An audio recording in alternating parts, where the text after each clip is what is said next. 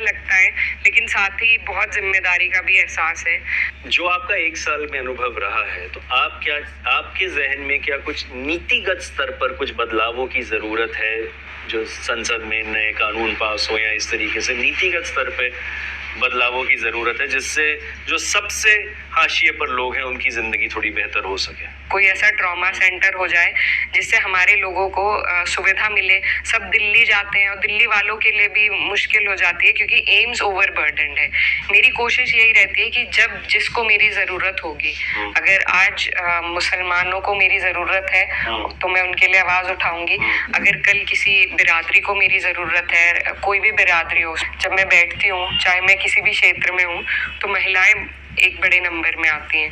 मुझे लगता है महिला होने के नाते शायद वो अपने आप को सहज महसूस करती है मेरे पास आने में। तो और अब ऐसा होने लगा है कि कई बार उनके जो घर के काम होते हैं, तो घर के जो मर्द हैं वो महिलाओं को आगे करते हैं कि शायद मैं उनकी बात ज़्यादा सुनूंगी। एक देश के हालात, वहाँ की महिलाएं और वहाँ के जो अल्पसंख्यक हैं, सबसे ज़्यादा वो गवाही पेश करते हैं कि देश के किन हालातों में है। जो मुख्य धारा की मीडिया है और जो आज की सरकार है, कहीं ना कहीं सारे मुद्दे लाकर मंदिर, मस्जिद, गाय और हिंदू मुस्लिम पर आके सीमित रह गए हैं, जबकि बहुत बड़े बड़े सवाल हमारे लोगों के सामने हैं। जब भी इस देश में इस तरह की कोई बात होती है तो सबसे ज़्यादा अपनी देशभक्ति का उदाहरण मुसलमान को देना पड़ता है। उनको कटघरे में खड़ा किया जाता है। रेलवे के लिए मेरे सबसे ज्यादा चिट्ठियां अगर कहीं गई हैं तो रेलवे विभाग में गई हैं। मैंने मंत्री जी से कई बार कहा कि डीपीआर बन चुकी है हमारे यहाँ पे मेरठ और पानीपत की रेलवे लाइन की, वो आज तक उस डीपीआर का क्या हुआ, क्या प्रोग्रेस हुई, कोई जवाब हमें उसमें नहीं मिला। पानीपत और कैराना के बीच में जो यमुना घाट है, उसकी अगर हम उसका सौंदर्यीकरण करा सके, वहाँ पे बहुत सारे श्रद्धालु जाते हैं और कई बच्चे डूबते हैं, तो बहुत अफसोस की बात है। महिलाएं, बच्चे, कोई वहाँ पे उस तरीके से प्रावधान नहीं बनाए गए। सीसीए में आपका स्वागत है। आज हमारे साथ उत्तर प्रदेश की कैराना लोकसभा सांसद इकरा हसन जी हैं। इकरा जी, सीसीए में एक बार फिर से आपका बहुत बहुत स्वागत। इकरा जी किसी परिचय की मोहताज नहीं है, देश की सबसे नौजवान सांसदों में से एक हैं। पिछले एक साल से स्थानीय स्तर पर भी और राष्ट्रीय स्तर पर भी इनकी काफ़ी चर्चा रही है, इनके कई कामों की, इनके लोकसभा में जो भाषण रहे हैं, जो इन्होंने मुद्दे रखे हैं, जो उनके बयान रहे हैं, उस पर काफ़ी चर्चाएं रही हैं। उसी के साथ साथ इकरा जी, आपका ये जो हमने आखिरी इंटरव्यू लिया था वो लगभग क्या ठीक एक साल पहले था जब आप सांसद बनी थी, तो अब आपका एक साल हो गया सांसद बने हुए। कैसा अनुभव रहा है, क्योंकि आप बड़ी मुश्किल परिस्थितियों में राजनीति में आई थी, जब आपके भाई जेल में थे, तब से लेकर अब तक, और खास करके पिछले एक साल जब आप संसद बनी है, कैसा अनुभव रहा है आपका अभी तक? जी, सबसे पहले शुक्रिया अदा करना चाहती हूँ कि आपने मुझे फिर से बुलाया, और ये मेरा सौभाग्य है कि बार बार हमें विस्तार से चर्चा करने का मौका मिलता है, और इस बहाने से हमारे भी जो मुद्दे हैं वो लोगों तक सही तरीके से पहुँच पाते हैं। तो उसके लिए पूरी सीसीए की टीम का धन्यवाद, आभार। और बिल्कुल एक साल पहले चुनाव के दौरान भी और जीतने के बाद भी हमारी बात हुई थी। एक साल बीत गया है और बिल्कुल आपने सही बताया, ये राजनीति में आने का कोई मेरा इरादा नहीं था। उस तरीके से भी मेरा आना नहीं हुआ जैसे एक सोच के साथ आदमी आता है। बहुत कठिन परिस्थितियां थी, बहुत मुश्किल वक्त था जिससे हम गुजरे, लेकिन वही कहते हैं जैसे कि मुश्किल वक्त से आदमी बहुत कुछ सीखता है, हिम्मत मिलती है। तो मेरे साथ भी वही हुआ। मुझे जो हिम्मत उन मुश्किलों का सामना करने के बाद मिली, और जिस तरीके से एक पर्सनल लेवल पे मुझ में जो बदलाव आया, तो उसी के नतीजे से आज मैं यहाँ सांसद के रूप में बैठी हूँ। अगर मैं उन सब चीज़ों से नहीं गुजरती तो शायद मैं इतनी हिम्मत भी ना कर पाती, लेकिन मुश्किल परिस्थितियाँ आपको हिम्मत भी देती हैं। तो वही हुआ है। जब मेरे भाई जेल में थे तब बहुत हमारे ऊपर परेशानियाँ थी, किस तरीके से सरकार का दबाव था। कोई हम चीज़, अपने सारे अकाउंट्स हमारे फ्रीज कर दिए थे, कुछ खरीद नहीं सकते, बेच नहीं सकते, आर्थिक रूप से कमज़ोर किए गए, सामाजिक रूप से एक मेरे भाई का चरित्र हनन करने की कोशिश की गई और हमें विवादों में डाला गया, लीगल विवादों में, जिसके लिए फिर पर लोगों ने बहुत साथ दिया हमारा। जो जनता है, जो हमारी धरातल पे जो लोग हैं, उन्हें हकीकत का पता था, तो उन्होंने जिस तरीके से साथ दिया उससे बहुत हिम्मत और हौसला मिला और उसी के साथ आज आगे बढ़ रहे हैं। एक वक्त था जिसमें जब बहुत झुंझलाहट महसूस हुई, तीनों कोर्ट में हमारे मुकदमे चल रहे थे और मुझे मेरे भाई की अनुपस्थिति में जनता में भी अपनी हाजिरी देनी पड़ती थी। लेकिन कुछ ऐसे क्षण होते हैं जो आपकी तकदीर बदल देते हैं। तो उसी एक क्षण में मुझे बहुत झुंझलाहट महसूस हुई और तब मैंने फैसला लिया कि इससे ज़्यादा हमारे साथ ये सरकार और क्या करेगी और इनका अगर मुकाबला करना है तो डट के करना है। उस दौरान ये चर्चा चल रही थी कि शायद मैं चुनाव लड़ूं या ना लड़ूं, तो मुझे याद है वो एक क्षण था जिसमें झुंझलाहट के कारण मैंने ये निर्णय लिया था कि अब अगर मुकाबला है तो फिर पूरा खुलेआम हो। तो मेरे से अक्सर लोग पूछते हैं, तो यही एक बात मेरे ध्यान में आती है कि कब मैंने वो फैसला किया। तो एक ऐसे क्षण में मैंने वो फैसला किया था जब हम बहुत परेशान हो गए थे कि अब इनसे लड़ना है पूरी तरीके से ही, और उसमें सभी लोगों ने इस लड़ाई में हमारा साथ दिया और आज मुझे बहुत कम उम्र में बहुत बड़ी देश की सबसे बड़ी पंचायत में पहुंचाया। तो मैं जितना भी आभार व्यक्त करूं अपने लोगों का वो कम ही होगा, लेकिन यही है कि जो मुझे मौका मिला है, जिन भी परिस्थितियों में मिला हो, और ये भी है कि बहुत बड़ा नाम मेरे साथ मेरे पिता का जुड़ा हुआ है, मेरी माता जी रहे हैं। मैं अपने परिवार से चौथी सदस्य हूँ जो लोकसभा कैराना को रिप्रेजेंट कर रही हूँ।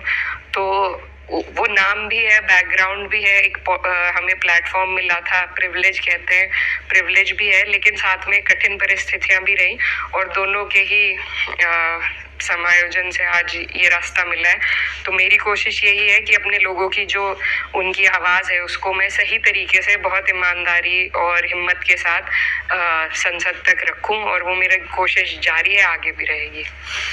आपने जो कहा कि आपके लिए भी मुश्किल परिस्थितियां रही हैं और एक ऐसे समय पर, क्योंकि अगर मैं गलत नहीं हूँ उस वक्त जब आपके भाई नाहिद हसन जी जेल में थे, उसी वक्त आपकी माता जी तबस्सुम हसन भी जिला बद थी। यूपी सरकार के एक नए कानून के तहत जो गैंगस्टर एक्ट लगा, तो वो भी जिला बद थी। तो लगभग कहीं ना कहीं आपको उस वक्त ये कॉन्स्टिट्यूएंसी आपको अकेली खुद ही आपको संभालनी पड़ी थी। निजी स्तर पर भी अगर मैं आपसे पूछूं कि क्या बदलाव आप अपने आप में देख पाते हैं, यह सवाल कभी आसान नहीं होता है, इतना सेल्फ इंट्रोस्पेक्शन का शायद आपको टाइम भी नहीं मिलता होगा आपकी रोज की भागा दौड़ी में, लेकिन क्या फिर भी आपके लिए अनुभव अभी तक कैसा रहा है निजी स्तर में? क्या बहुत कोई बदलाव देखते हैं? क्या रिग्रेट करते हैं? क्योंकि कहीं ना कहीं आपने जैसे खुद कहा कि राजनीति में आना है, ऐसा कोई ठोस फैसला आपके जहन में था भी नहीं, तो क्या रिग्रेट करते हैं या फिर एक बहुत एक किस्म से एक फ्रूटफुल एक्सपीरियंस रहा है अभी तक? कैसे आप इसको देखेंगी? बहुत ही कॉम्प्लिकेटेड जवाब है इस सवाल का। ये मेरा इरादा बिल्कुल नहीं था, लेकिन हालात और परिस्थितियों ने मुझे इस काम में घुसाया। लेकिन मैं यही कहना चाहती हूँ कि अब उस वक्त जब हम मुश्किलों से गुजर रहे थे, तब क्योंकि हर रोज़ एक नई मुश्किल सामने थी, तो तब कभी सोचने का मौका नहीं मिला। तब बस ये था कि इस पड़ाव को पार कर लें।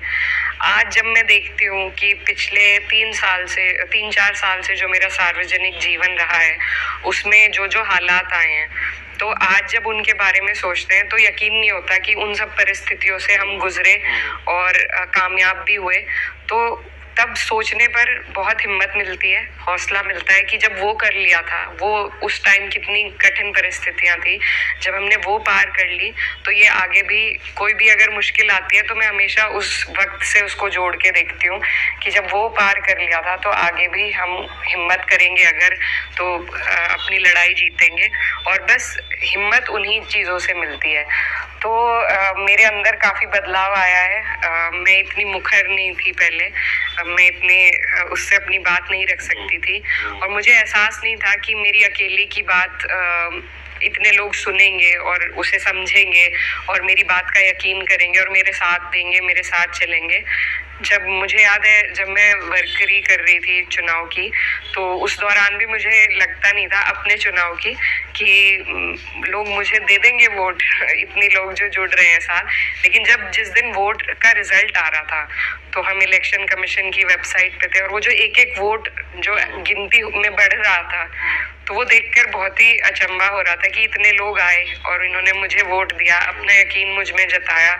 तो बिल्कुल बहुत अच्छा लगता है, लेकिन साथ ही बहुत जिम्मेदारी का भी एहसास है। रोज मेरी यही कोशिश रहती है कि मुझे ऐसा लगता है कि जितना भी वक्त है वो कम है एक दिन में, और काम कहीं ज्यादा है। तो कहीं ना कहीं ये रहता है कि जिस तरीके से लोगों ने मेरा साथ दिया, उस तरीके से मैं उनके काम आ पाऊँ। तो जिम्मेदारी का बहुत एहसास है, और कोशिश है कि उसको पूरी करें हम। आप जो मुखर होने की बात कर रहे हैं, खैर आपका, हम सीसीए से कहीं ना कहीं आपका राजनीतिक सफ़र, जब आप सिर्फ अपनी अम्मी की यहाँ पर प्रचार के लिए आई थी 2019 में, शायद आपका राजनीतिक सफ़र हम तब से देखते आ रहे हैं, और आपके भाषणों में भी और कई चीज़ों में बहुत बदलाव दिखता है अब। लेकिन उसी के साथ साथ यहाँ पर एक छवि आपकी इस एक साल में तो बनी है कि सांसद जी बहुत, जब हम लोगों से बात करते हैं तो भाई एक छवि बननी है कि भी बहुत एक्टिव हैं, ग्राउंड पर रहती हैं, लोगों के बीच में रहती हैं। आपके शायद दिन भी बंधे हुए हैं कि आपकी जो 5 विधानसभाएं आपकी लोकसभा में आती हैं, तो आप हफ्ते में एक दिन 5 विधानसभाओं को देते हैं और वहाँ के लोगों से मिलते हैं। मेरा किस तरह के मुद्दे, किस तरह की तकलीफ़ें, किस तरह के अब किस तरह की चीज़ें लोग लेकर आपके पास आते हैं? सबसे पहले तो यही है कि लोगों की जो आपसी दिक्कतें होती हैं, थाना पुलिस हमारे एरिया का हमेशा से हो रहा है, थाने पुलिस की बहुत कार्रवाई, लेकिन थाने पुलिस से भी ज़्यादा अब जो सबसे ज़्यादा मुझे लगता है वो पटवारी और एसडीएम लेवल के काम होते हैं, जो कई कई वर्षों से लोगों के विवाद चल रहे हैं, रुके हुए हैं, वो थाने पुलिस के जो रोज़ाना के काम होते हैं। उसके बाद जो विकास का कार्य हमारे से उनकी अपेक्षा रहती है उसमें, और कहीं ऐसे मुद्दे होते हैं जो उन्हें पर्सनल लेवल पे जो बहुत असर करते हैं, उसके लिए लोग बहुत मिलते हैं। तो हमारी कोशिश यही है, जैसा आपने बताया, कि हर विधानसभा में अलग अलग दिन हमारा मिलने का है, और क्योंकि 2 ज़िले हमारे यहाँ लगते हैं, तो दोनों ज़िलों में अधिकारियों से उनको मिलवाना, उनकी परेशानियों को पेश करके हल कराना, तो रोज़ाना हमारे इस तरह के काम रहते हैं। फिर साथ ही में जो भी सांसद की जो निधि है, उससे जो हम सार्वजनिक कार्य, विकास के कार्य करा सकते हैं, उसकी बहुत डिमांड रहती है। निधि उतनी पर्याप्त नहीं है जितनी एक विधायक की है, उतनी ही एक सांसद की है। विधायक हमारे लोकसभा में 5 विधायक आते हैं, तो उनकी भी उतनी है और मेरे अकेले की भी उतनी। तो मतलब आप कह रहे हैं कि आपके क्षेत्र में 5 विधानसभाएं आती हैं, तो आपकी भी वही 5 करोड़ है जो एक विधायक की अपनी एक विधानसभा के लिए 5 करोड़ है। और ये मुझे बहुत अटपटा लगता है, क्योंकि लोगों की अपेक्षाएं बहुत होती है, खासकर जैसे आप हमारे ज़िले में मेरी लोकसभा में देखेंगे, तो यहाँ पर 4 जो विधायक हैं वो भाजपा से जुड़े हुए हैं, और एक मेरे बड़े भाई हैं। तो चारों विधानसभाओं में जो हमारी तरफ के जो पक्ष के लोग हैं, उसमें हर समाज है, उनको हर जगह पे विकास का उसी तर्ज पे काम चाहिए जिस तर्ज पे विधायक करा रहे हैं उनकी विधानसभाओं में। तो वो बहुत मुश्किल परिस्थितियां हो जाती हैं, और मैंने संसद में भी इस बात को कहा कि या तो इस चीज़ को ख़त्म कर दिया जाए, सांसद निधि को, या फिर इसको बढ़ा दिया जाए। एक्चुअली बड़ी इंटरेस्टिंग बात कर रहे हैं कि अगर हम कैराना लोकसभा को देखें तो इसमें लगभग 900 गाँव हैं, और 5 करोड़ को अगर हम देखें, तो मैं अभी आपसे बैठे बैठे यही कैलकुलेशन दिमाग में कर रहा था कि लगभग फिर एक गांव का लगभग 55,000 रुपये आपको साल का मिल रहा है।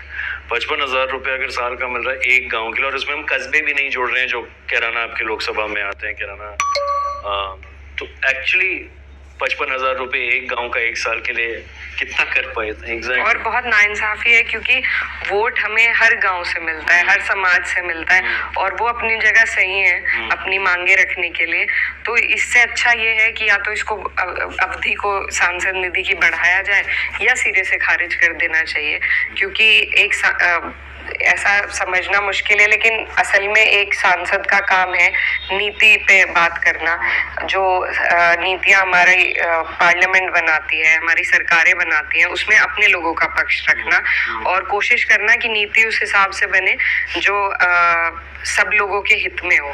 तो यही मेन काम है एक सांसद का। लेकिन क्योंकि ये छोटी सी एक धनराशि निर्धारित कर दी गई है, तो उससे मुझे लगता है पर्याप्त तरीके से विकास कार्य महसूस करती हैं। पर्याप्त तरीके से कोई भी सांसद हो, सत्ता का हो या विपक्ष का हो, कर नहीं सकता। मैं अपने दर्शकों को बता दूं कि कैराना लोकसभा जो सीट है, इसमें जैसे इकरा जी ने बताया कि 5 विधानसभाएं, 2 जिले, जिसका मतलब यह है कि 3 विधानसभाएं जो हैं वो शामली जिले से हैं और 2 विधानसभाएं सहारनपुर जिले से हैं। तो बहुत बड़ा कार्य क्षेत्र है इनका।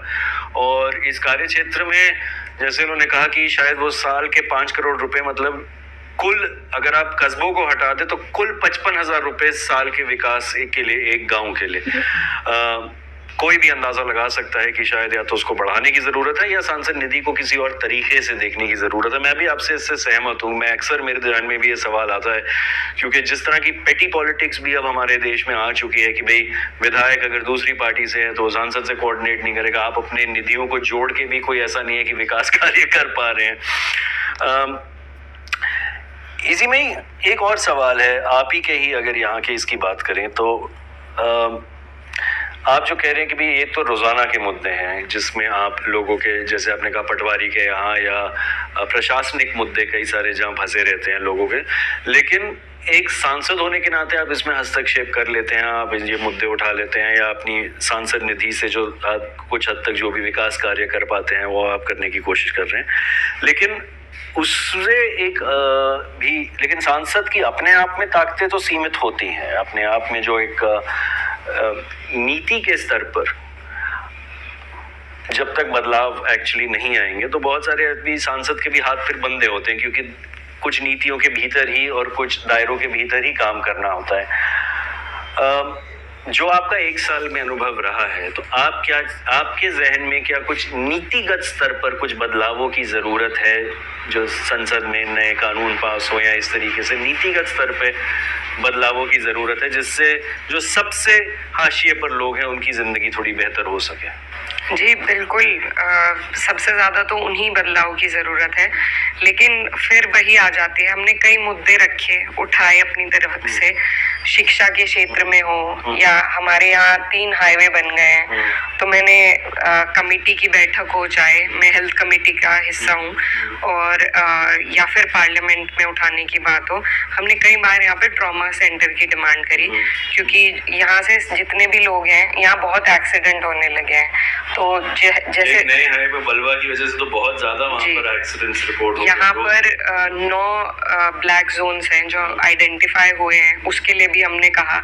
तो इन्होंने अब एक राउंड अबाउट बनाया है, लेकिन अभी भी बहुत एक्सीडेंट हो रहे हैं। तो लेकिन हमारे ज़िले में कोई ऐसा सरकारी अस्पताल उस तरीके से काम नहीं करता कि जो एक्सीडेंट्स बढ़े हैं उसके लिए कोई ऐसी फैसिलिटी हो कि लोगों को यहीं पे, वो एक पीरियड होता है, गोल्डन आवर कहते हैं उसे, जो एक्सीडेंट के जस्ट बाद, एक्सीडेंट के एकदम बाद जो 1 घंटे की उसकी अवधि होती है, डिपेंड करता है केस टू केस।